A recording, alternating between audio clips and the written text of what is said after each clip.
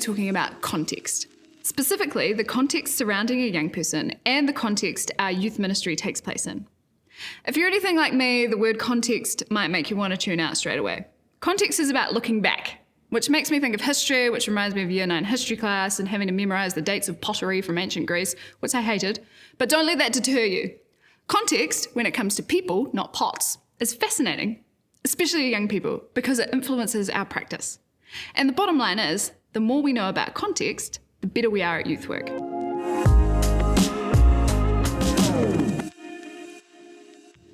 The context of a young person is all about knowing and naming some of the big shaping factors in a young person's world. Some of these broader factors will apply to every young person.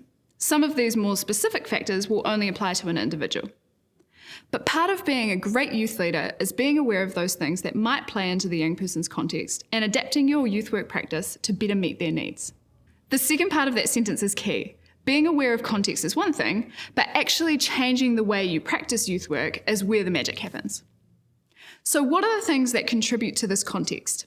You'll hear more about this in the Youth Essentials class, but here's a couple of ideas to whet your appetite. A basic general factor that contributes to the context of young people might be something like the internet. The internet existed when I was a young person, but it wasn't something that I had easy access to. Maybe if I paid $1 at the library or went to visit my Uncle Fenton. But it wasn't something that I grew up with on the daily. And I certainly didn't have 24/7 access to the World Wide Web via a device that lived in my pocket. The internet is a huge factor in the life of today's young people. And it's something that applies to every young person that you'll ever bump into. Even if they're all anti-internet or do everything off the grid type of person, there's no escaping it's still a huge player in their context. And because of the internet, there are a bunch of other things that come with it too, like instant communication, smartphones, social media, online gaming, memes, and way more. So how might you adapt your ministry to accommodate this? Maybe by utilising some of these tools to help you interact and relate to your young people. Another huge factor that contributes to the context of all young people is human development. Adolescent brain development is a major part of the world of a young person. It's the pruning stage that a young person's brain goes through during adolescence. Brainwave Trust describes this as the teenage brain closing down for renovations. The teenage brain goes through such a significant stage of development, the whole prefrontal cortex functions at minimum capacity for a few years. The prefrontal cortex is the part of the brain that's responsible for risk management and impulse control. So you can see very easily how teenagers get their reputation for taking risks and being impulsive. It's literally their brain telling them to do it, or not to do it, however you want to look at it. So how might you adapt your ministry to accommodate adolescent brain development? Maybe by providing good risk-taking opportunities is a great start. So young people don't have to break rules or laws in order to take risks that their brains need to do to develop. Outdoor activities or challenges are a great way to do this. Or maybe encouraging social risks like volunteering for a game in front of their friends. Providing space for emotions is another great way. In my experiences, actually churches and youth ministries do this particularly well. The internet and human development are both big examples that affect most young people. On an individual level though, it can look like almost anything, whatever makes that young person unique. So get ready for a big long list. It could be anything like their ethnicity, their culture, their health, their gender, their skills and strengths, the music they listen to, their friends, what sort of influence are those people, their whānau, like who do they live with, do they have any siblings, whether or not their parents are together, the income of their family, where do they live, in the city, are they rural, do they drive, do they have a job, are they sporty, academic? We could go on for days. It all plays into the context of that young person. So how does the context of young people affect the way that we work with them? In our ministry, learning about and acknowledging these massive factors makes us far more effective in our ministry. If we fail to notice these big picture influences, we fail to see the whole picture of who someone is. Taking time to get to know a young person and build a picture of who they are is extremely valuable in our youth leadership. It might be easy to get frustrated with a young person who arrives on a Friday night and rudely scoffs all the pizza without leaving any for anyone else. But as you delve deeper into the context and learn their story, you might find that they arrive to youth group hungry and this is the best meal they actually get all week. Maybe you've got a young person who hates their parents, and you can't understand why because their parents seem like the most amazing and supportive people ever.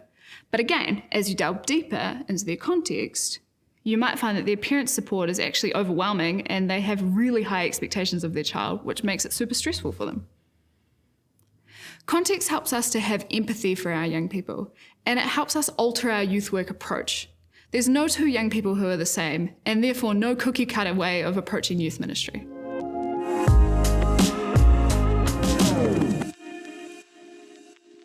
Not just young people, but youth work as a whole has a context too. It could be the type of youth work that you do. I mentioned in the previous module some of the different contexts of youth work I've been involved in, and there are so many more. Most of you will be doing youth work in a church context, or faith-based, as it's sometimes known as outside of a Christian setting. Maybe you run a weekly youth group, maybe you encourage young people to come along to church, maybe you attend Easter camp every year, something along those lines. That's your context. But that's not the only sort of youth work happening in Aotearoa, and it's not the way that youth work always was. If you were to look up New Zealand's history of youth work, you probably find yourself learning a lot about uniformed organisations, like Boys Brigade or Girls Brigade or Scouts, a lot of church groups and youth groups too, including Youth for Christ and various denominational youth organisations. And although all of the above did hugely change the way that youth work looks here, this wasn't the real beginning. Youth work was actually happening long before Europeans arrived in this land. Indigenous youth work has been happening centuries before these organisations were even brought to New Zealand. Mentoring on marae with a tuakana taina, big sibling, little sibling type style. There were coming of age symbols and ceremonies, family roles within a community. These were all forms of youth development. Through colonisation, we've lost some of these amazing practices. My opinion is that both approaches have some great things to learn from each other, but more about that in the next module. Over time, youth work has become more and more professional. It's no longer just a volunteer thing that people do on the side of a real job. In the last 20 years, we've seen a huge increase in paid youth work employment, qualifications, and career pathways. Part of this journey to professionalising youth work has been naming the difference between youth work and other professions. So a couple of things that really define what youth work is one, it's relational, like really relational. And two, it's strengths-based. We're going to talk more about the relational stuff in Module 4 and more about being strengths-based in Module 6. But essentially, for a taster again, when it comes to youth ministry, the relationship between the youth worker and the young person is the youth work. Not the programs that you run or the awe-inspiring teaching you give or the camps you organise or the youth band that goes viral and travels the world. In youth work, the relationship is the intervention. That's your purpose as a youth leader, to form great relationships with your young people. Sure, you might do that through programs or teaching, but at the end of the day, the whole point is relationship. Being strengths-based is about why we get involved with the young person. We get involved because young people are great, because they're full of amazing strengths and talents and unique giftings. Most other professions get involved with a young person because something is wrong, like a social worker or a nurse or a counsellor. Something's gone wrong, and so their job is to fix the problem. Don't get me wrong, there's nothing wrong with that. We still need these professions to work in this way. But as youth workers, that's not what we do. Because in youth work, everyone gets a youth worker. You don't have to be broken. Of course, once we have that relationship, we discover that most people are broken, but that's not why we love them. We love them because of their potential, because of their strengths, and because they're made in God's image. A good youth leader sees what's right with a young person, not what's wrong with them. They're not problems to be solved, they're people to be loved and supported and known. And the more we know about their context and history, the easier that is to do. So that's how the context of a young person combined with the unique context of youth work can help us in our youth ministry.